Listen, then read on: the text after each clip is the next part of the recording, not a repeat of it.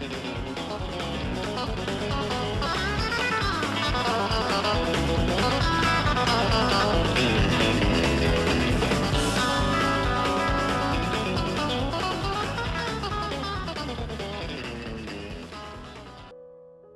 sama ikong kakalanguan.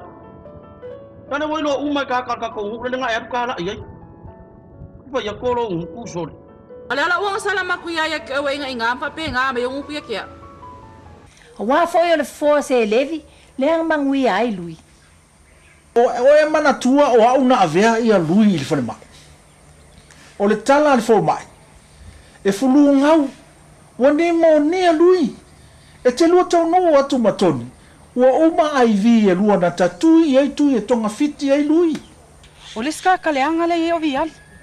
O vial ama Samuel o le kule ia le ko inga le lokule.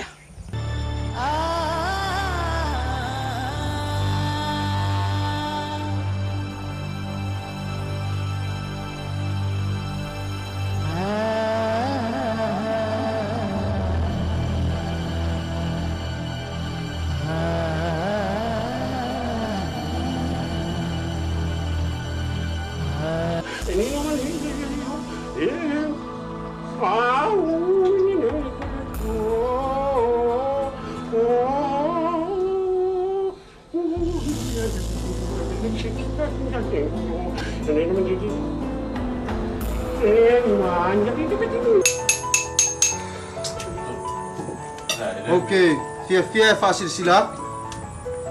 Wah, pamongia ingar ngai ainga. Wah, bawa sesulio skama.